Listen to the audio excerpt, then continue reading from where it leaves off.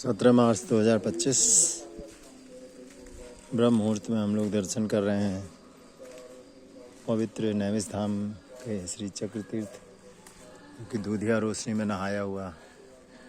ये परम पूज्य गुरुदेव की साधना स्थली तपस्थली, यहाँ परम पूज्य गुरुदेव ने 24 लाख के 2 पुरस्करण किए, 3 वर्ष साधना में बिताया और प्रज्ञा पुराण के एक प्रमुख हिस्से का लेखन कार्य भी किया। ये धर्मध्वजा फहराती हुई साइड में श्री सूद गद्दी मंदिर, पौराणिक स्थल, चंद्रदेव, चैत्र कृष्ण चतुर्थी पंचमी।